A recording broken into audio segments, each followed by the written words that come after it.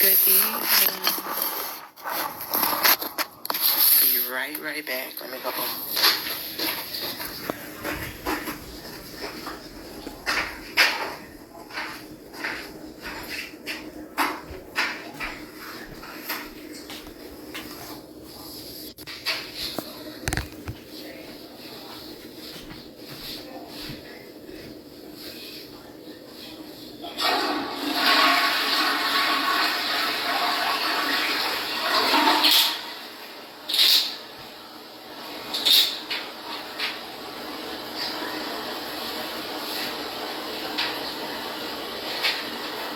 Oh, who's on there? But good evening, whoever it is. Okay,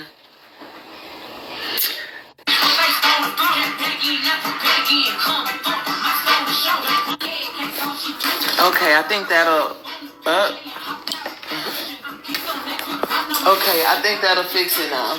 I just connected to the internet. It's still saying slow connection. I don't know what's wrong with the thing, but anyways, let me see. I'll be able to tell if I could.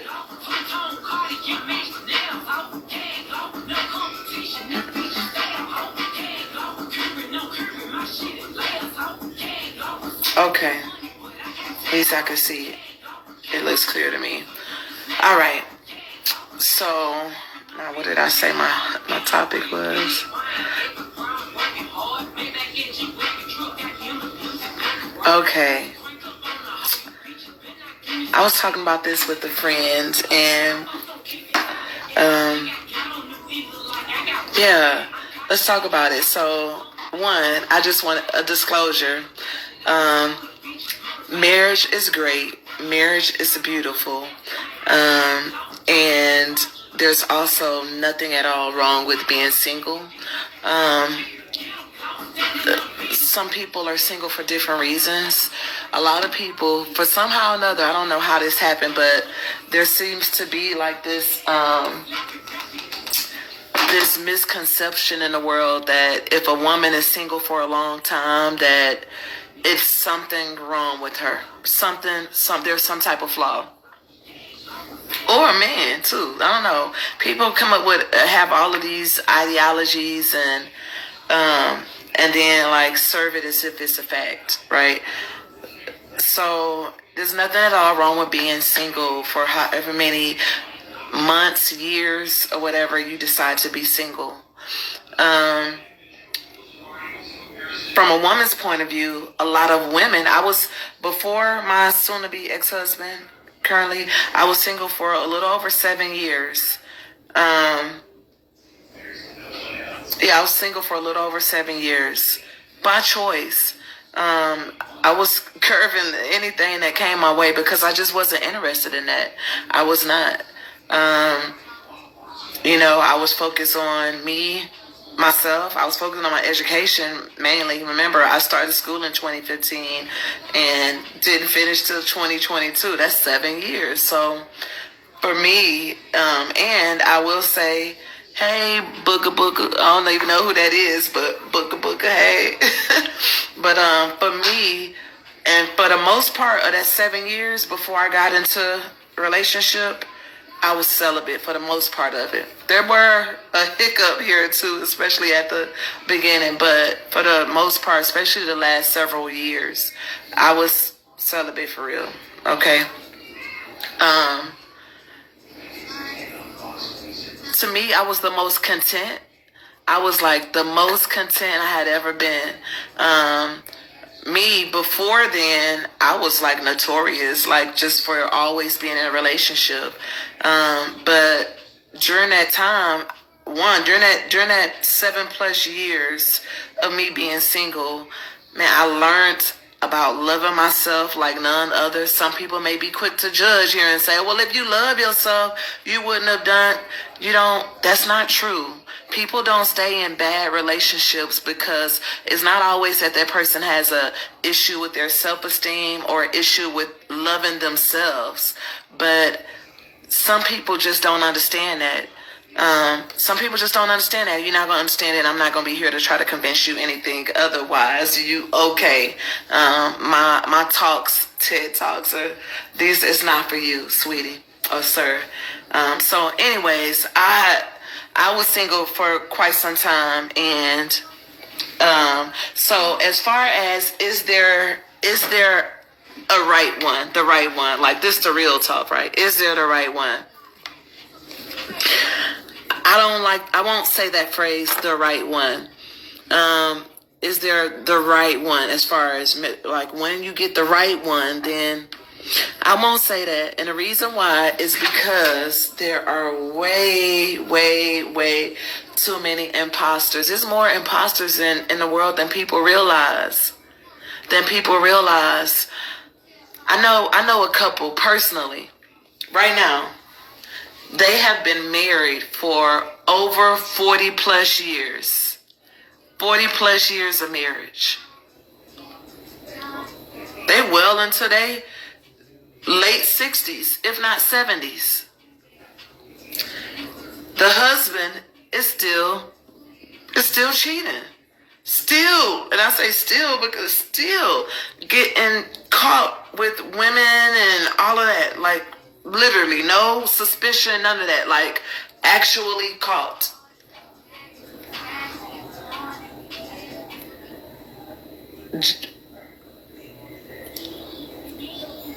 A lot of times people want you to tolerate too much BS, and everybody's not built for that.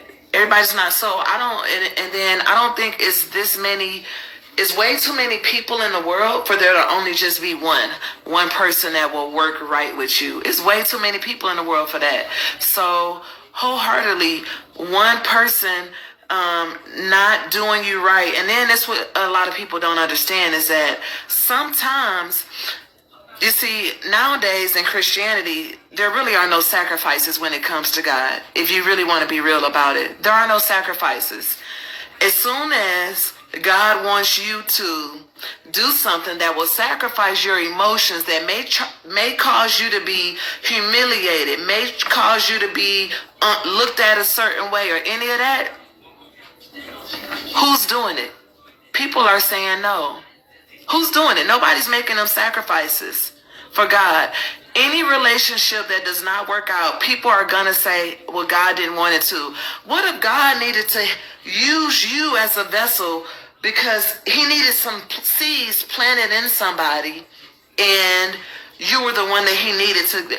Many are called, few are chosen. What if he chose you specifically to, and I know a lot of relationships don't fall in this category. I mean, let's be honest. A lot of humans are emotionally led and attached. But you mean to tell me that God is not using the very people he created to reach other people, his children that are lost?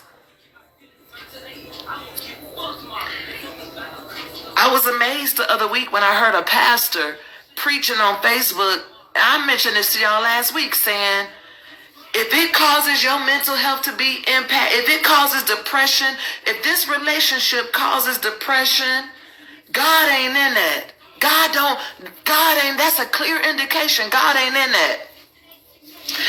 People are so put God in this box, and I don't understand that. Christians, pastors, you name it. People with all these titles put God in this box as if a broken heart was just something that just God, ain't no way he can put you in a place of healing from that. So if it's something that would dare cause you to break, for you to experience a broken heart, then of course God would not use you like that. Come on. If it caused you to, I can't help but to think about all these people, Paul and Job and so many people who were not only physically hurt. Like I said, I know the Bible does not use the word mental health in those days, but do you really believe that somebody lost at the gravity of some of the things that these people lost and they weren't depressed or nothing? What's depression to God? What is depression to God? Some people's response to me shows how limited and a lack of faith they have. Some people's response to me shows how limited and a lack of faith they have. My assignment and purpose was very clear from the very beginning. Well, I won't lie. That's not true. Not from the very beginning, but there was a point in time that God revealed things to me. Someone had prophesied to me, and when I was still praying on it. I did not really fully receive the prophecy, and I was still praying on it, and God revealed some things to me. And when I took it back to the person that prophesied to me, she said, "Are you still praying about that?" Ever since that point, I no longer prayed about if this is that. So there was a time when it wasn't clear to me as far as my relationship. However, from the time we got married up until the marriage, I knew clearly what my relationship, I knew then that this is nothing really about me. It's about him and God, and I'm being used as a vessel. And I would often tell him that, Jeff, us being together is not, when he was in prison, I was telling him that our relationship, look at this and look at that, is not even about me. It's about God is trying to use me to get your attention. That's what it's about. It's so much bigger to me than me. So much bigger than me. And then everything happens the way it happens. And here I am right now receiving phone calls, text messages, and life stories of people that I have not heard from in almost a decade, of telling me how beneficial it was that they heard something that I said, or how it changed, or how it helped them to know that they weren't alone in something. The only negative feedback, such as shut this down, has been from 3 people that boldly wear the banner of Christian. 3 people who boldly wear the banner of Christian. That's it, to be honest. That's it. Anytime I'm talking about people that want to silence me, that's it. If I really want to be honest, there have been 3 people that reached out to me with calls and text messages that really put in effort to silence me. And they were all 3 people who wore the banner of Christian. These are all people, though, who have or are got some stuff in their life that they would really rather keep hidden.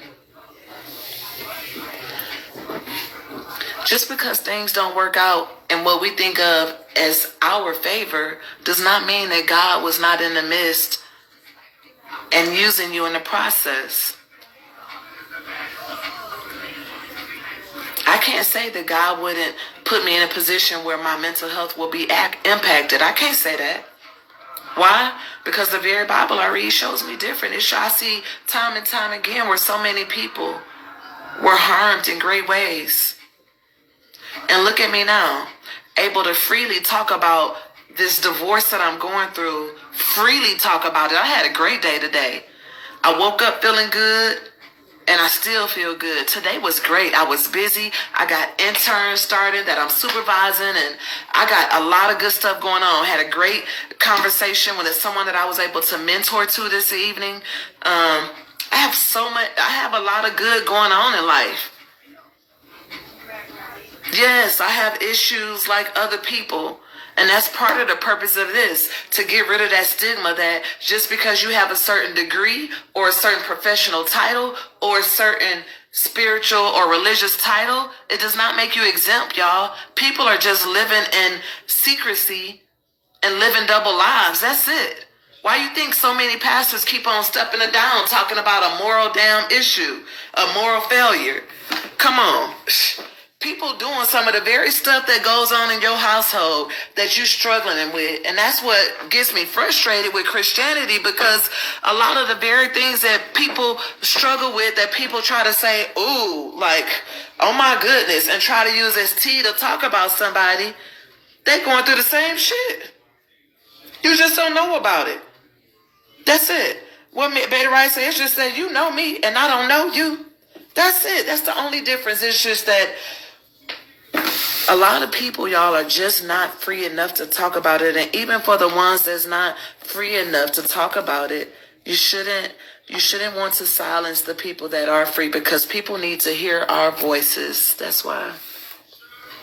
People need to hear our voices. Every time I get a phone call or something, and I get a lot of them, I get a lot of them. People feel like they're so alone and stuff. People reaching out. People want to get to know God.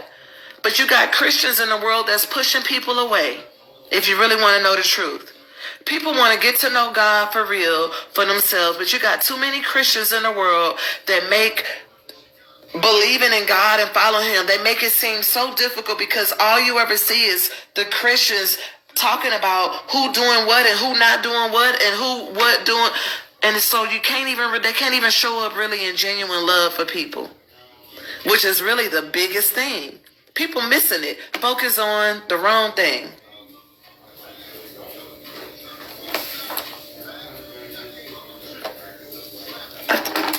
This Tupac on. Okay, let me not get distracted. But yeah, people missing it. People are missing it. We're missing it.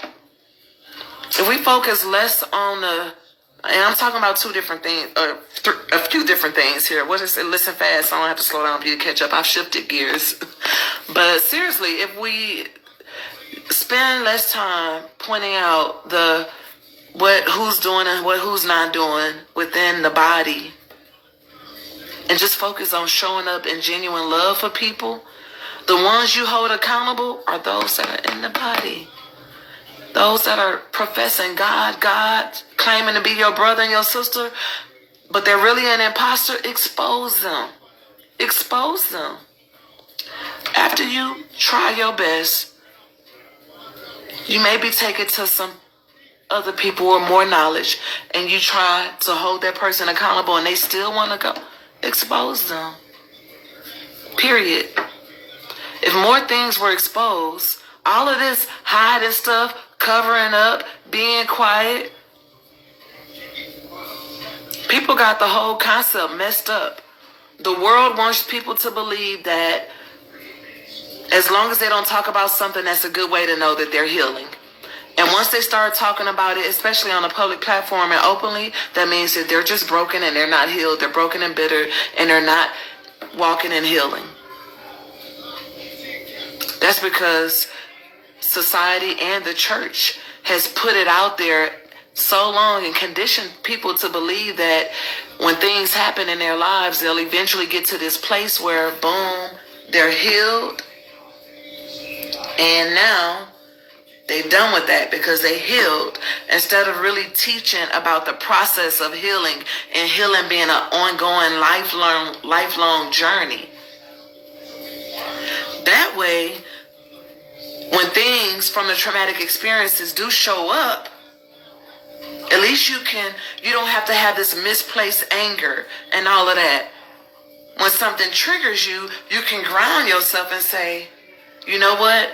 This just reminded me of this, but I'm here right now and I know, and this is what's really going on. And even though it reminded me of this ain't what this is. You learn to ground yourself.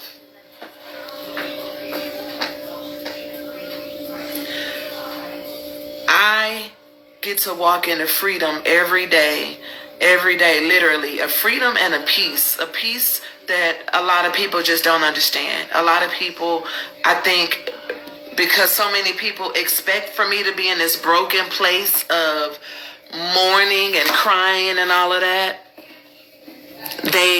because they may believe that,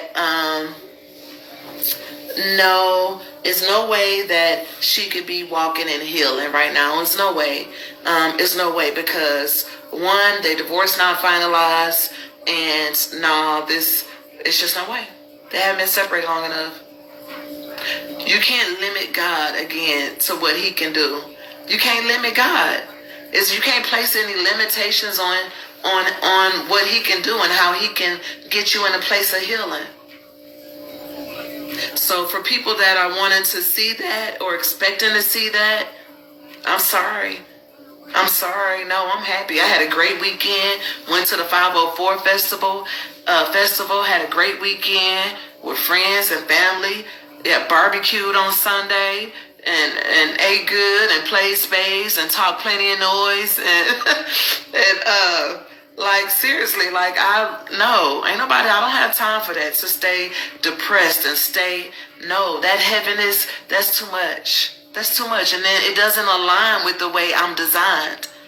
It was not aligned with the way I'm designed. I'm laid back. I like to laugh a lot. I'm too much of a joking, free-hearted person. Like, no, it doesn't align. That's the way I was created. And so staying depressed and staying weighed down and staying heavy and staying just stuck in the mud, I wasn't designed like that. I just was not. I'm a smiley type of person. I am. A lot of people that know me or people that haven't seen me for years may say, I don't remember your name, but I remember that smile. I remember that smile, but I don't remember your name. That's just how I am. And so when you're designed the way God designed me, no, you ain't got room for all of that, especially to where he's trying to take me. I'm in a season of growth right now, and it feels, I know I'm being stretched. It feels very uncomfortable. This is uncomfortable for me, but it's part of my growth. It's part of my growth is that now it is time for me to be very vocal about things, because it's too many degreed, too many people that got certain titles, apostles, prophets, deacons, you name it. Too many people that got all of these different titles, but I promise you the titles don't mean nothing. The titles don't mean nothing. Going to church all the time, every time the church house doors don't mean nothing. Open don't mean nothing. I know somebody right now, there every Sunday. And guess what? It's not a day that goes by that he's not drowning in alcohol, depressed. Right now. It doesn't matter what those titles are. Don't get caught up in them. When I was asked about being an evangelist, my response was, this is confirmation. God already showed me that, and I'm already walking in it. Thank you for acknowledging me. Thank you for acknowledging that gift in me. And that's confirmation. That's confirmation. But this is something that God already showed me while I was incarcerated. And I'm already walking in it.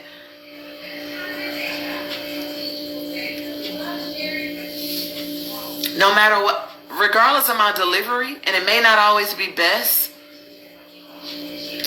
my anointing and my season and my purpose right now in life is something I'm not missing. I'm not missing. And with that, I have peace that really does surpass all understanding. I have that kind of peace. Meaning the kind of peace that just don't make sense, because it don't make no sense, because I shouldn't be able to be laughing and carrying on and talking noise on a space table and slamming my cards down and all of that. I shouldn't have the peace to, to enjoy compliments from men and give compliments to men and all of that. I shouldn't have peace to do none of that, or to be open to love again. I shouldn't have peace for that. The devil is a lie. No, it's too much life to live.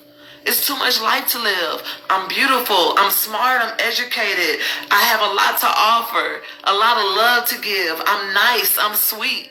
Yeah, I have zero tolerance. I have things that I struggle with. I struggle with talking over people at times, and I struggle with my pride. I struggle with things. I'm so far from perfect. I try to tell people that, like, no, I'm not some, but I know my purpose in life, though. I know that there are some things that I'm very knowledgeable about. Mental health is one of them. And it's something, and that's an area that I'm always going to be learning more. I'll never know enough. I'll never know enough. Too many in my community, black and brown people, struggle daily with mental health. I'm always be an advocate. Next month, I get to go to Washington, D.C. for the first time ever as part of the Crime Survivors Speak March on Washington, and join thousands of people as we talk to different legislators about changing laws. No one should be stalked where they live at and not be able to be let out of the lease. I had to spend over $6,000 moving abruptly because I was being stalked. Someone leaving a note on my door, anonymous note. Come to find out, it was one of Jeff's, somebody he knew.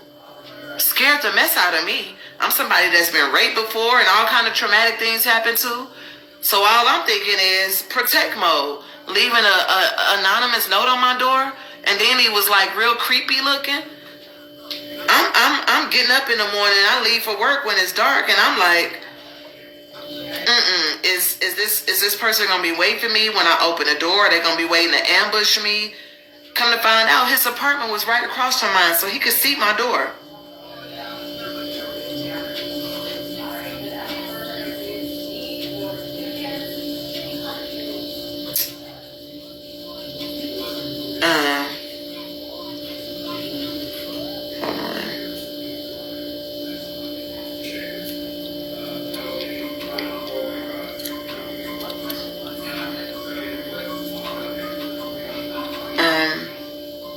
One second, yeah.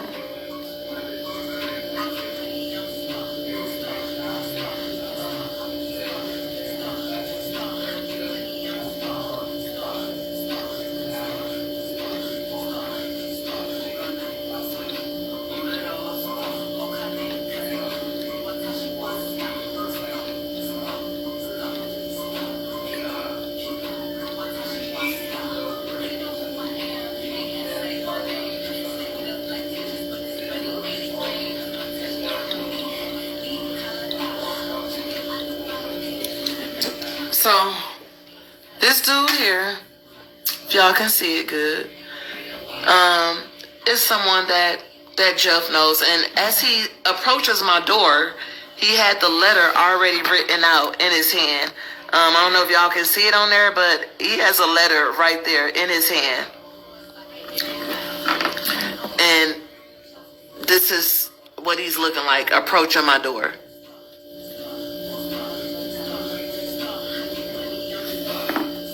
Oops. Oh.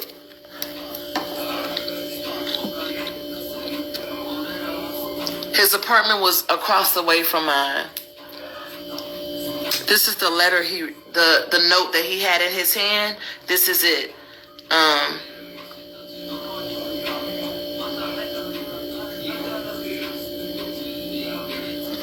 Which says, hit me up, secret handsome admirer.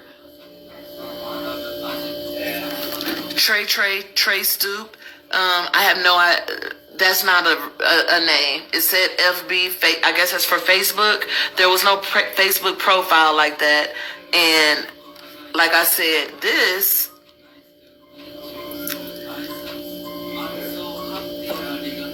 He looked really serious, really weird looking to me.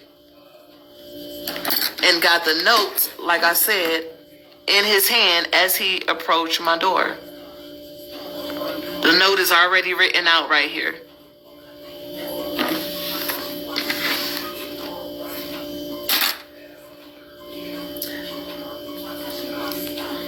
I would get up in the morning and get ready to open my door and would have mace in one hand,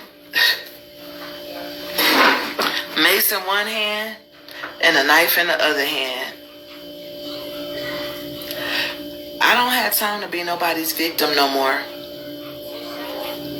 At all. That's another reason why I'm so glad that I'm free and out of the marriage. I don't have time for that. No. I need to be empowering others, speaking out loud about things, and not covering up for people.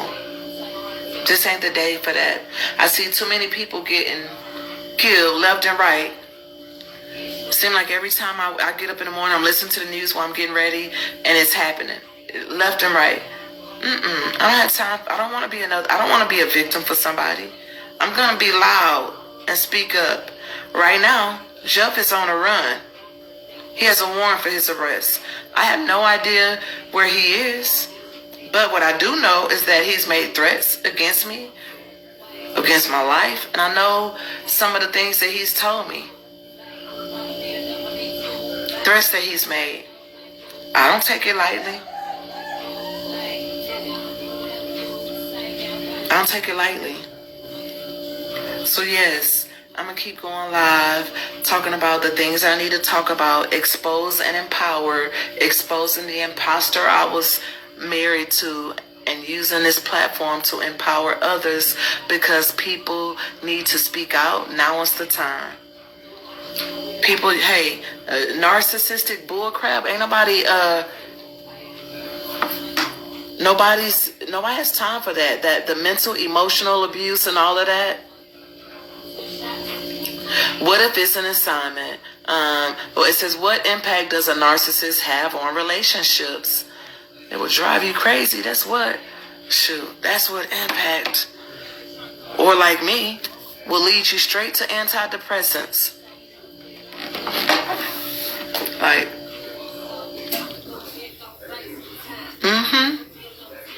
narcissists will impact you, will cause you to have trust issues. They will cause you to question yourself by constantly gaslighting you, constantly trying to make you think that you're going crazy. No matter what you say, there's no accountability. Anytime you're in your emotions, they're going to join you, and they're going to get in their emotions and make it about them. As a woman, I was never able to be emotional about anything. He's going to get right in his emotions too. Narcissists couldn't tell the truth if their life depended on it. And they have no love or empathy for anybody, even their own loved ones, their own children, their own parents. They don't, there's no love at all. It's all about self-gain. It's all about their supply.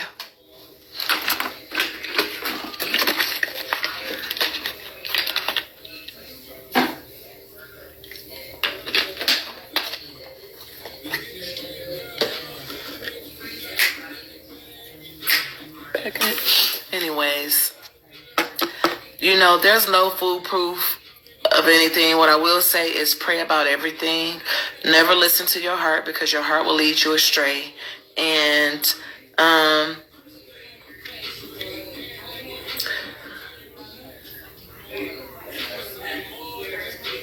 be free to love. Be free to trust people. Be free to give people the benefit of the doubt. If somebody breaks your heart, try not to let that cause you to be bitter or afraid to ever love again. Learn the lesson, but be open to love. That's what I'll say. Be open to love. Again, loving again. Guess what? Jeff made somebody a very blessed man. Somebody's like, man, I'm so glad this ninja finally out the way, because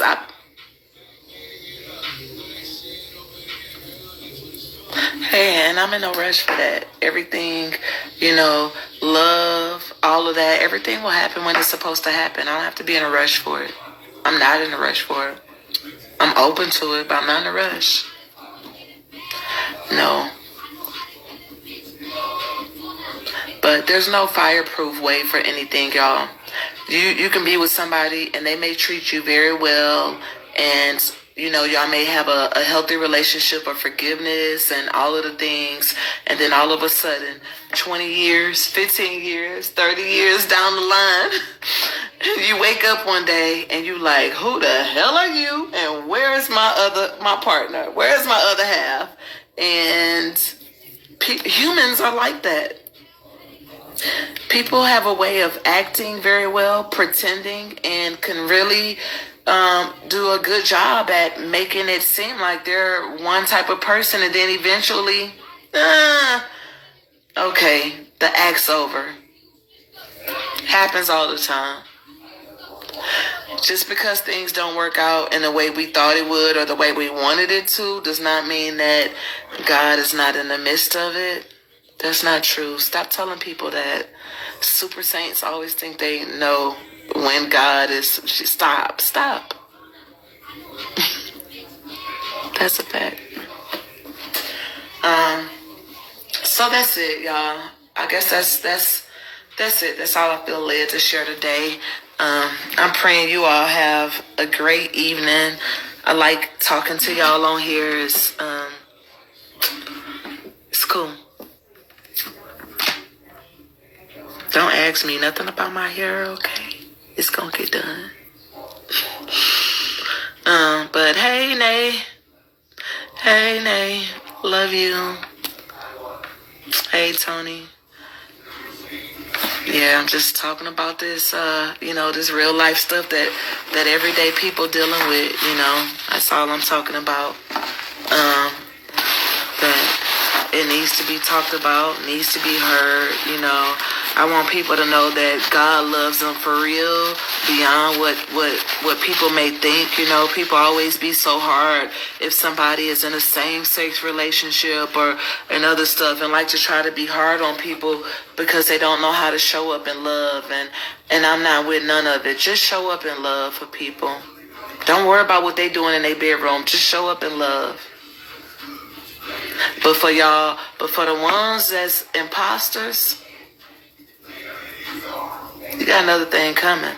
Don't think you can keep on living like that and think that God gonna be okay with that. Be some of the main people that just never able to get ahead in life, always stuck. Jeff has always been stuck in life. He's never had anything good last for long. It's a heart issue. Never. Nope. With me, he worked a total of 6 months, and he's 50 years old, and that's the longest he's ever kept a job in his entire life. The 6 months he was with me.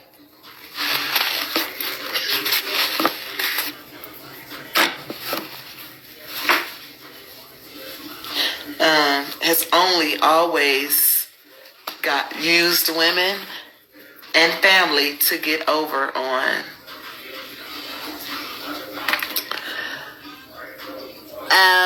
Abdul Malik.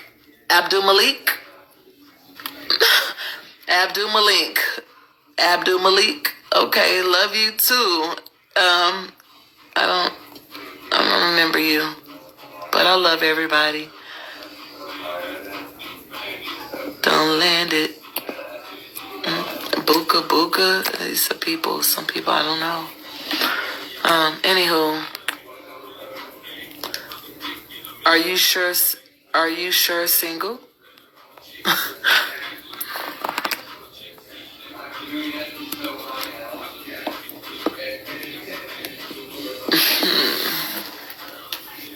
Are you sure single? Look, I ain't got time for that, okay?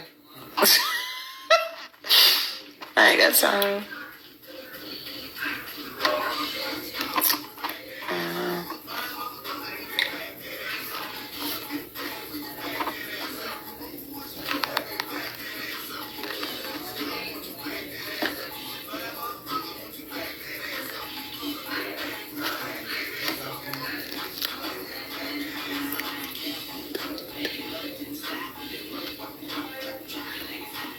After you back it up, then.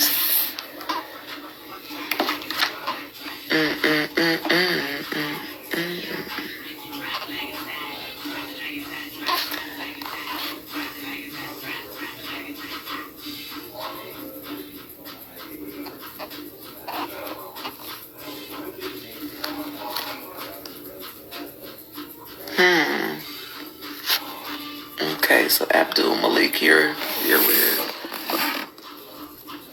Oh, good. I ain't telling you because you seem suspect. And I ain't for the foolishness, Abdul Malik. Yeah, I'm not telling you about my singleness status. You have to figure it out on your own because you seem suspect. So that's that. Done. I just tried to look you up. I ain't got time for that. But anyways, I already know y'all.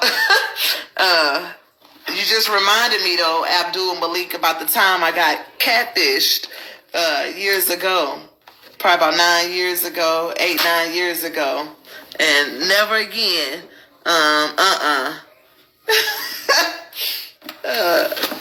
Yeah, I was catfished before, y'all. It was a mess. It was a mess. And that ended my me ever wanting to get to know people that I only know. Yeah, it was a mess for real. Abdul Malik, and you seem like that type too. Y'all, this guy, and I had been talking to him for a few months, just either talking. Actually, most of it was, anyways. I'm not going to even go there. But this guy that I was talking to long distance, probably about 8-9 years ago. We never videoed, but we were just talking, just getting to know each other, and this was supposed to be this really handsome guy. He was a white male, and he was supposedly in the army. And I showed my sister Danielle one day a picture that he sent me that he said, this is, in the army, sometimes they have these ceremonies and stuff. And so he sent me a picture of him, what he said was him and his dad. And I showed it to my sister Danielle, and she said, oh, his dad is she said his dad is the Clear Eye guy. I said, what you mean the Clear Eye guy? She said, the guy from the Clear Eyes commercial from back in the day. His name is Ben Stein. And so I'm like, what? And she said, yeah, that's Ben Stein. And the picture was a picture of Ben Stein next to someone in an army uniform, which is who the guy told me who he was. And I'm like, what? And so that's how I found out. And so I started telling him, you're lying. Your cover's blown. You're not who you say you are. Who are you really? Or I'm about to block you, type of thing. And I said, I need you to call me on video, like right now. And y'all, when he called me, he appeared like Abdul Malik here on my... I mean, dude was in Kenya somewhere and was like, literally, and nothing at all against... Anyways, he was somewhere in Kenya and started begging me to help him get over here, that he would take care of me and all this stuff. It was a mess. I said, you know what? Never, ever again. Oh, you remember Danielle? Ah, yes. Oh, wow. Dang. Uh-huh. Yeah. Dang. Hey, Janae, yes. Wow, wow, wow, wow. That... Yeah.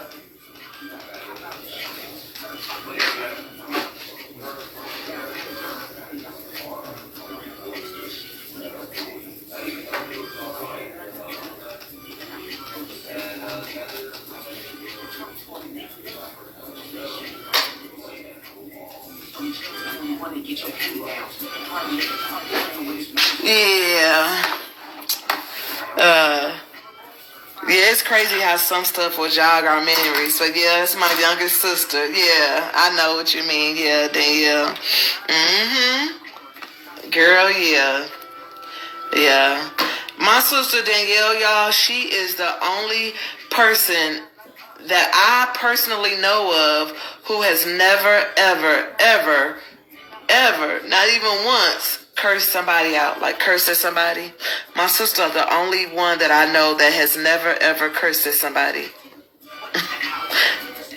She has not. She like the most genuine, sweet person I know. Now that other one, anyways. Okay, y'all. Yeah, she's really, really sweet.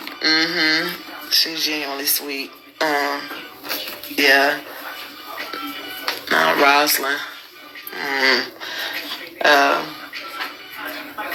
Anyways, y'all, it's been great talking to you. I'm finna get off here in that big mansion.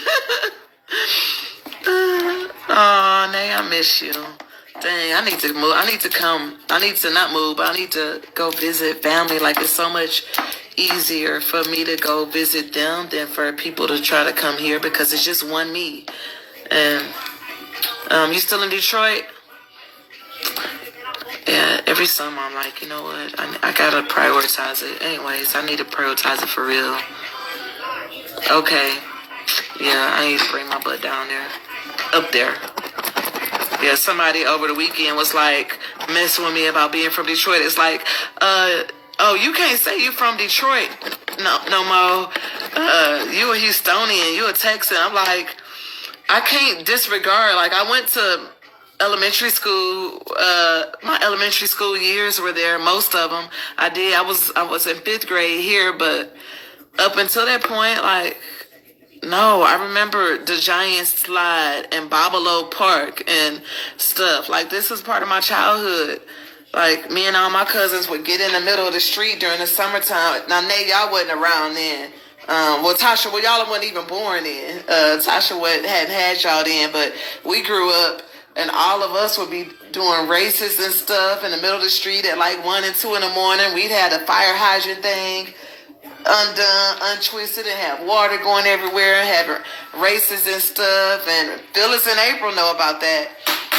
Phyllis and April know about it. Those was good times.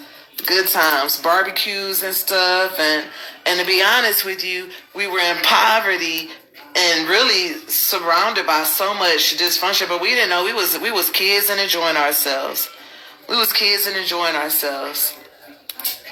One time, April, I don't know if April remember this or not, but one time my cousin April told me and my sister Tasha that if we put some raw eggs in our drawer and made it warm, covered it with clothes, that they would hatch and turn to chickens. And so me and my sister Tasha, we took the eggs out the fridge and put them in the drawer. My mama was looking for her eggs and raised hell about looking for them eggs, and she knew that it was us, and so somehow or another, it was late at night. I remember she came busting in our room, and me and Tasha shared a room, and we told her about them eggs and stuff, and we gave them to her. My mom was so mad. She made Tasha drink the raw egg. She made Tasha drink the raw egg. I was always getting Tasha in trouble. I went one time and told that my sister was cussing somebody out outside, and my mama took a bar of soap and washed her mouth out. We had some times, y'all. We had some times growing up.